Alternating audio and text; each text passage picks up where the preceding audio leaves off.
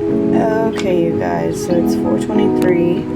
The alarm just went off. It is Sunday, May 23rd, and we're up.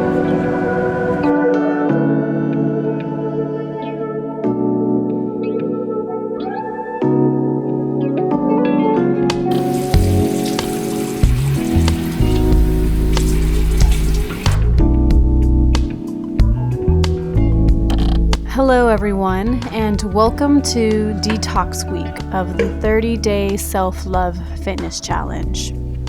This week we will be focusing on detoxing not only what we're putting inside of our bodies, but also our mind and our hearts. We are going to be learning how to detox any insecurities, shame, resentment, guilt, or anything else that could possibly be holding us back. I call this process releasing emotional baggage. We will do this by meeting ourselves where we are. When we do this, we develop self-compassion. This will allow us to become aware of where we are on our journey and essentially help us see ourselves in a new light. I believe we all deserve to look in the reflection of the mirror and absolutely love the person staring back at us from the inside out. As we move into this new chapter together, I want to thank you for sharing this journey with me. Self-love looks, feels, sounds, and tastes differently for all of us, but at the core, it's that feeling of goodness that we all share. Here's to embarking on the self-love journey together. Hello friend and welcome. Today we are going to be diving deep into the very first week of the Self-Love Fitness Challenge. And before we begin, go ahead and get comfortable. Right now I am in my bed and I have a gallon of water next to me. So go ahead, get some snacks, get some water, because we are going to be diving deep into this self-love session. So now that you are comfortable, we're gonna go ahead and get started. So before we begin, I do wanna give you a little bit of a background story on how I came about this 30-day self-love fitness challenge. When I first stepped into this fitness journey, I had no self-love.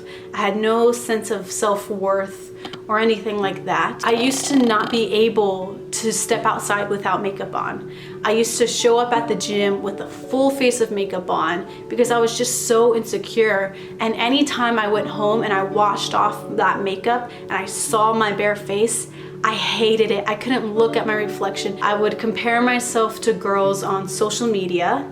I would compare my body with other girls or my life with other girls. I used to find my worth and my value on the views, the likes, the comments, the followers, all of it. And I just knew I could not keep living that way. Like I knew inside that I was so much more than my physical body.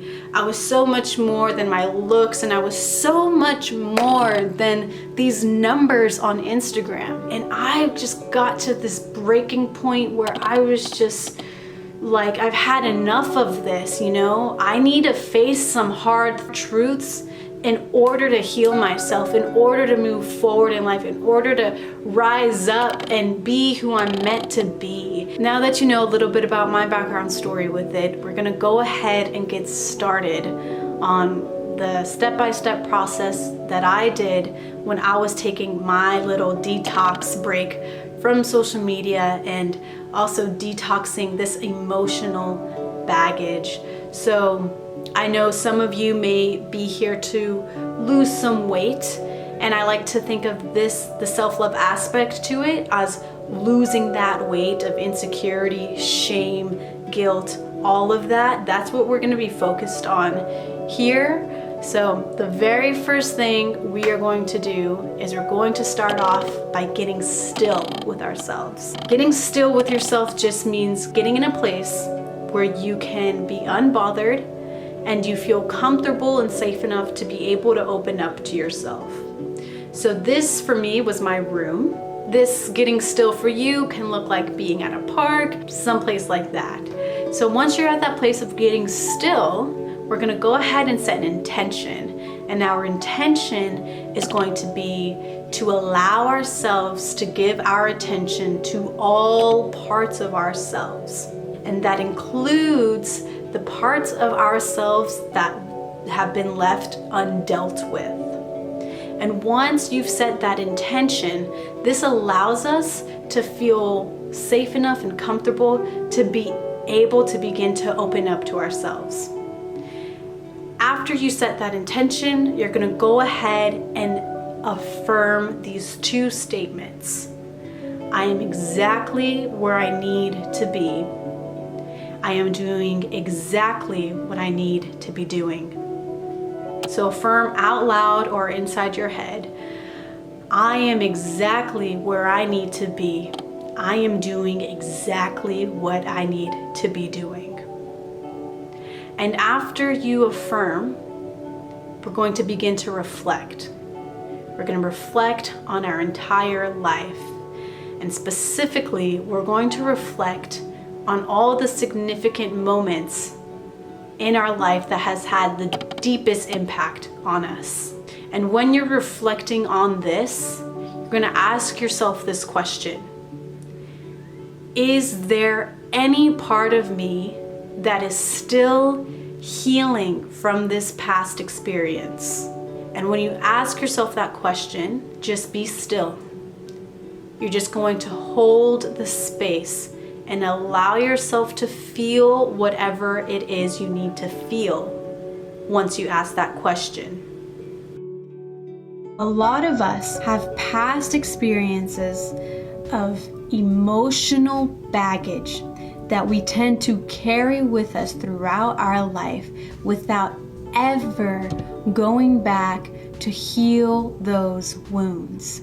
And so by starting the process of self-reflection, we can then look back at our lives, see what's all happened to us that could possibly be the reason why we've ended up where we are today and are feeling the way that we are today.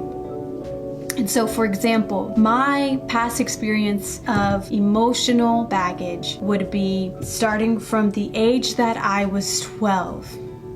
I was at a very uncertain time of my life. There was a lot of crises going on with my family and a lot of emotions that were going on within me that I didn't really know how to handle. That turned into depression and anxiety that led me to almost take my own life twice.